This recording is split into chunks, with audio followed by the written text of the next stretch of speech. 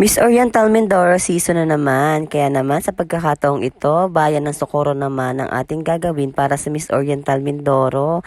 Medyo challenging nga ang tema ngayong taon dahil denim fabric ang gagamitin. Kaya naman ito tunghayan ninyo kung paano ko ginawa ang costume na ito.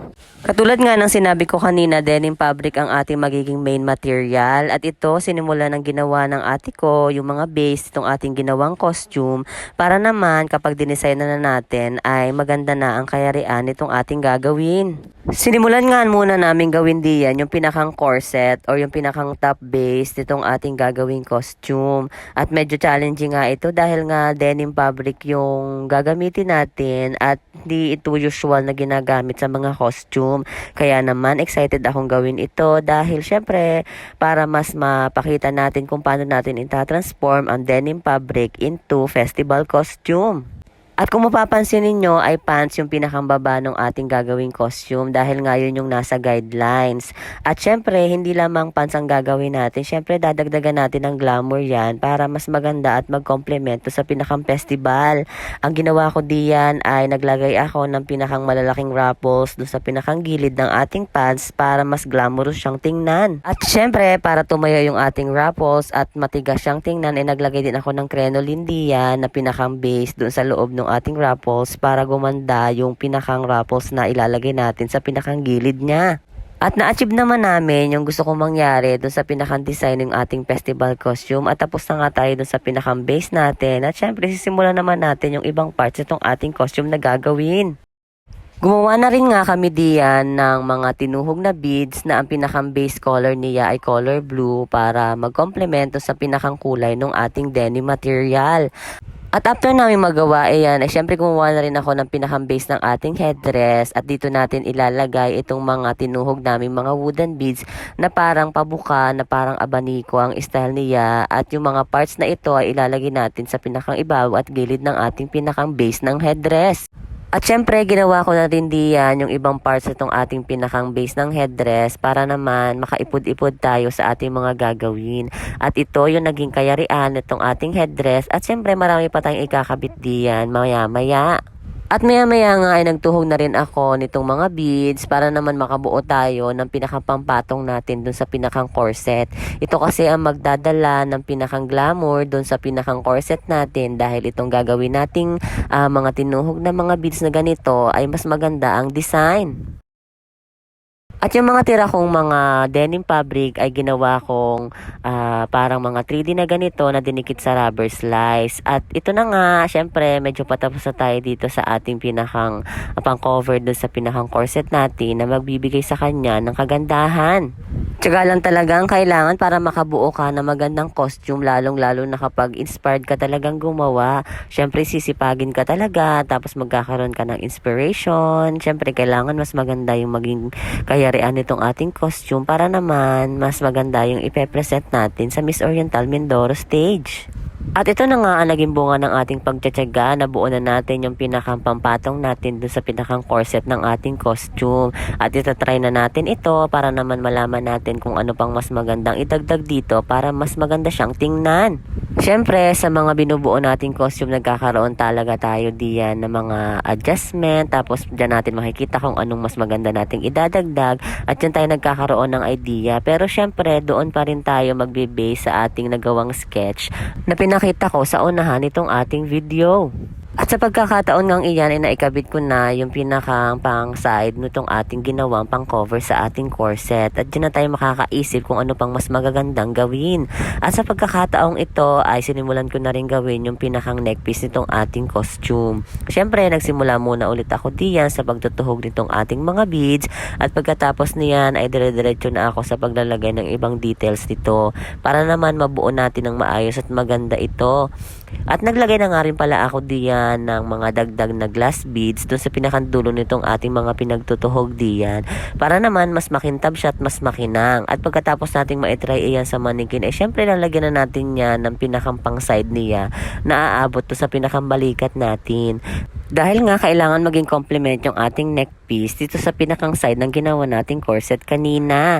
At iyan na nga, naibuo na natin yung pinakang neck piece natin at utay-utay na rin nating ilalagay diyan yung mga ginawa nating pangkabit dito sa pinakang side ng ating neck piece. O di ba mas maganda siyang tingnan. At dito naman tayo sa part na kung saan ginagawa na ng mga workers ko yung pinakang ibang elements sa itong ating costume. Katulad nitong corset na nilalagyan na ng mangyan cloth. At after niyan ay syempre yung mga 3D na pinagawa ko sa denim ay ilalagay na rin natin dito sa pinakang side nitong ating mga ginawang neckpiece at pangbewang. Habang gumagawa talaga ako ng costume ay marami pa ako mga detalyeng naiisip. Kaya naman dire-diretso lang ako sa paggagawa. Siyempre, para mas magandang tingnan yung ating ginagawang costume, ilalagyan natin yan ng mga pampakintab. At ang ginamit ko diyan ay itong mga glass beads na ganito kalalaki at ganito din ang color. Parang may pagka-aqua blue siya na color para mas mag-complement dun sa pinakang costume natin. At ayan na nga, natapos na natin yung ating ibang parts at doon na tayo dumako sa mga parts na kung saan kailangan na natin gawin para mas magandang tingnan itong ating gagawing costume. At after niyan, syempre para mas glamorous yung ating costume, nilagyan na rin namin ng tassel beads itong mga pinakandulo ng mga nilagay namin sa side ng pinakambewang at maya-maya ay lalagyan na rin natin yung pinakang neckpiece niya para naman mas dagdag glamour dito sa ating costume at talaga namang napakagandang tingnan kapag syempre mas binobonggahan natin yung ating mga ginagawa. At dito naman sa pinakang headdress ay naglagay na rin ako diyan ng para mga tao na kung saan ito yung sumisimbolo sa pagiging Mindoreño namin, lalong-lalo na ng mga mangyan. At syempre, itong bayan ng Socorro ay kilala sa agrikultura, kaya naman naisip ko na maglagay diyan ng mga parang mga palay-palay na kung saan ito ay hinahawakan at iniipon ng mga tao na kung tawagin dito sa amin ay mangyan. Alinsunod ito dun sa guidelines na binigay ng organization na kailangan yung pinakang headdress na ito ay colorful at nagre-represent kung ano yung pinaka mga symbolisms ng bayan na nire-represent ng ating candidate. At sa part na iyan ay pinafinalize na nga namin itong ibang parts ng ating main costume. Para naman mas glamorous siyang tingnan ay syempre kailangan nating pakintabin niya ng maayos. At maya-maya nga nang medyo natapos na namin lahat ay inisa-isa na namin itong pagsabay-sabaying buuhin dito sa manikin nang makita namin kung ano pang kulang, kung ano pang dapat idagdag. Kaya naman mas malaking tulong talaga na nagtatry tayo ng mga ibang bagay para naman mas mapaganda natin yung ating mga ginagawa.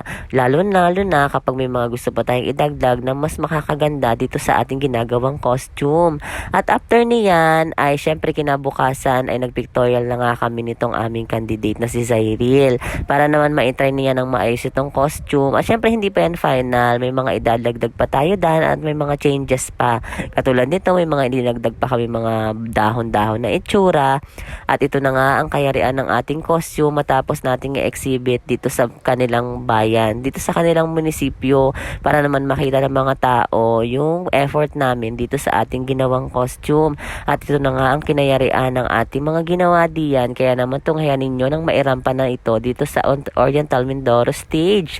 At syempre, bago siya rumampa sa pinakang stage ay trinay niya munang irampa ito ng maayos dahil nga syempre kailangan mas maganda siyang tingnan kapag nakasuot na dun sa mismong candidate natin, lalong-lalo na kapag final na yung outcome natin.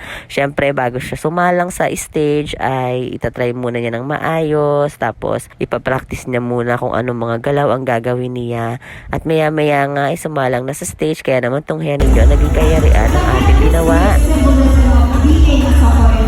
Is a representation of its wonderful agriculture that gives its people the ability to provide for their families and gives abundance to the towns in Mindoro.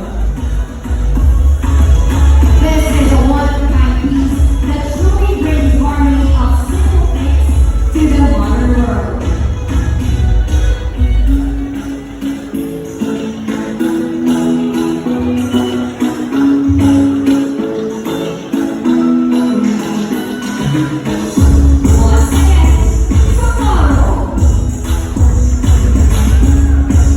At hanggang dito na lamang po muli. Sana marami kayong natutunan. Salamat sa panonood. See you sa aking mga next videos. Bye!